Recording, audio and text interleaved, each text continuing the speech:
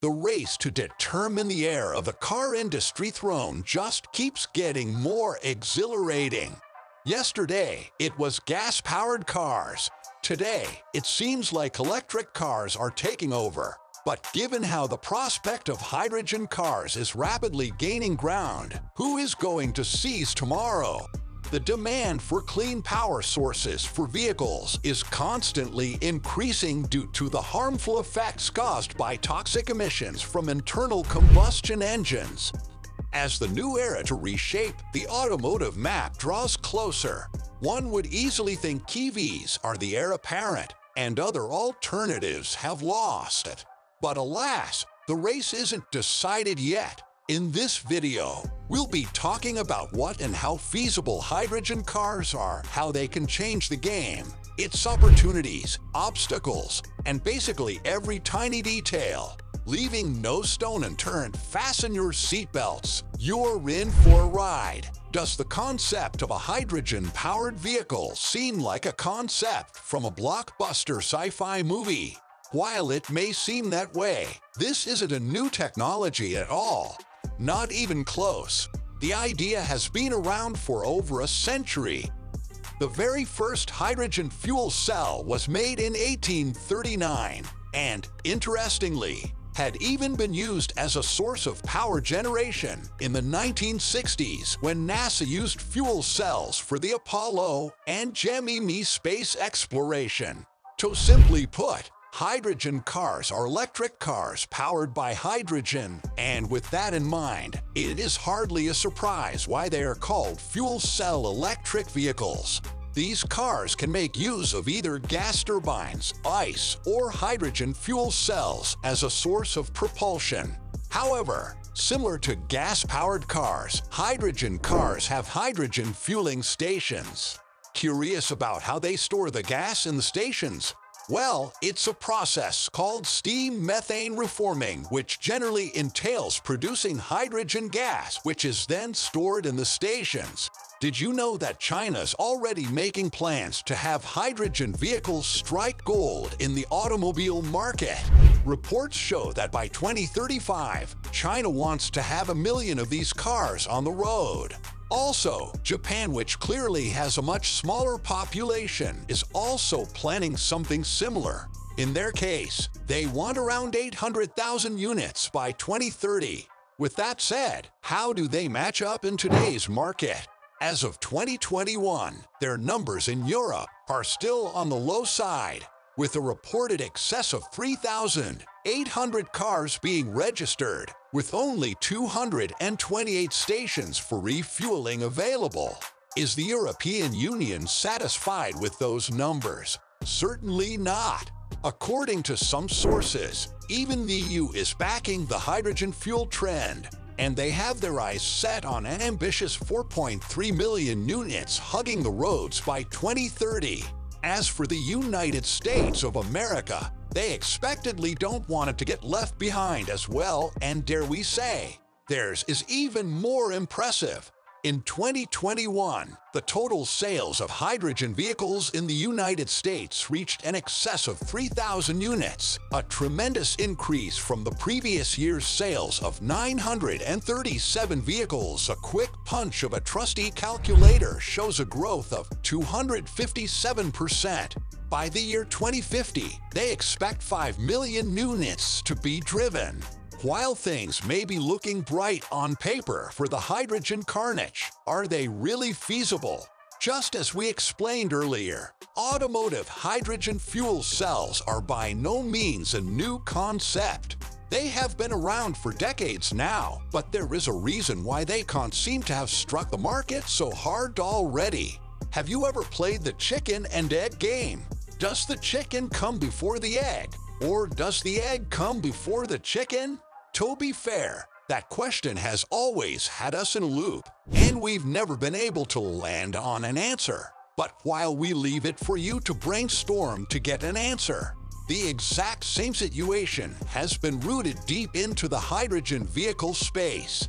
There has always been a weird ratio of produced vehicles and charging stations. and that has been holding it back for quite a while now. Remember the chicken and egg situation. Should hydrogen cars launch before a good amount of proper infrastructure gets rolled out?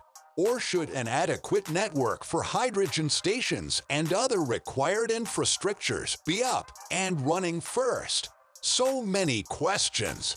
Car manufacturers are hesitant to mass-produce hydrogen vehicles in the absence of enough existing infrastructure, while investors are hesitant to create filling stations in the absence of substantial customer demand.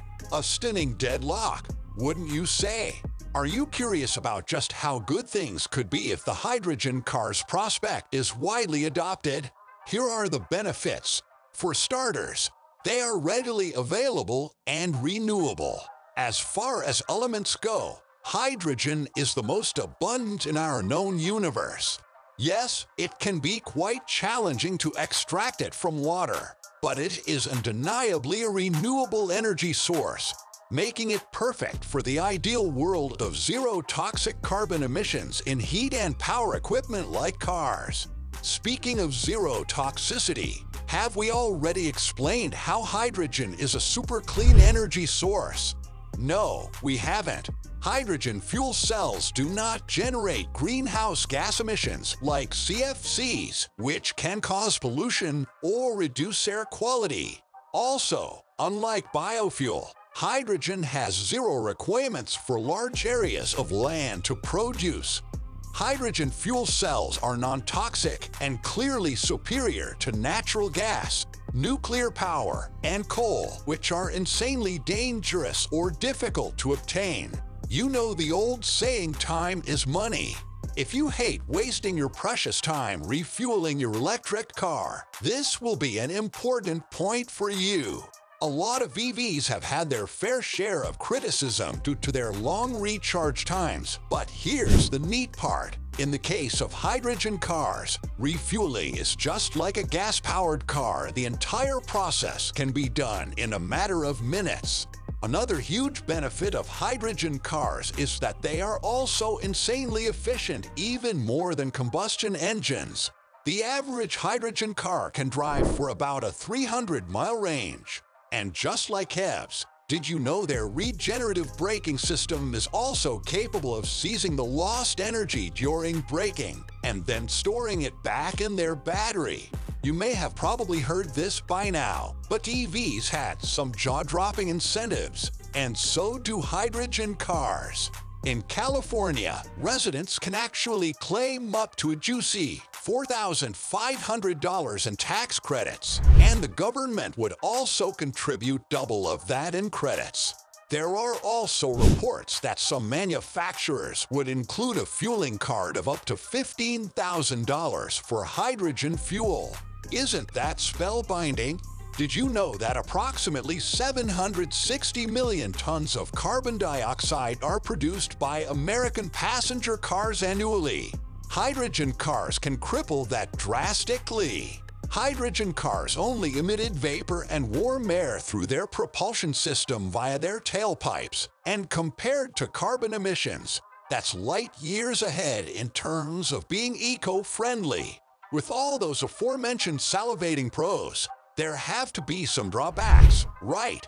A significant disadvantage we all can agree about hydrogen cars is that they are quite pricey. At the moment, even EVs are generally cheaper. Not only is the initial asking price for hydrogen cars on the high side, but they are also bad ideas for investments as they can depreciate in value quickly. Remember the chicken-egg situation. That's a huge problem too. The overall infrastructures in place for hydrogen cars at the moment are quite minimal. Also, apart from the lack of refueling stations, there's a lack of practical knowledge about the maintenance and technical know-how needed in many car repair centers, given how most mechanics aren't familiar with the new technology. Another important factor that should be considered for interested consumers is the fact that hydrogen car technology is still in its infancy. Not a lot of highbrow companies are participating in the hydrogen car market at the moment. So there's going to be a lot of risk for breakdowns and defective models in circulation compared to gas-powered cars, which have been the go-to for so many decades, gaining experience over the years. Still interested in hopping on the hydrogen car trend? Currently, there isn't a wide variety of options available. If you head to the market today, you'd only see two commercial models. The Toyota Mirai costs just under £50,000, and the Hyundai Nexo, which has a sky-high asking price of just under £70,000. However, that may not be the case for long. BMW plans to release some exhilarating models soon, and next year, Renault is set to release their hydrogen-powered vans. With all that being said, can hydrogen cars overcome the obstacles and seize the market? Hydrogen as an energy source can't be ignored. It has all the blueprints to be a great alternative to electric vehicles in competing with gas-powered cars. But of course, the infrastructures in place are still far from the needed requirements to do so, and it would take billions and quite a while to be developed. The future is still unknown. Undeniably, there are a lot of unanswered questions about hydrogen cars, but surely there are far lesser today than there were a decade ago. What are your opinions on the future of hydrogen vehicles? Subscribe to our channel and turn on post notifications to get updated on our latest posting. See you there.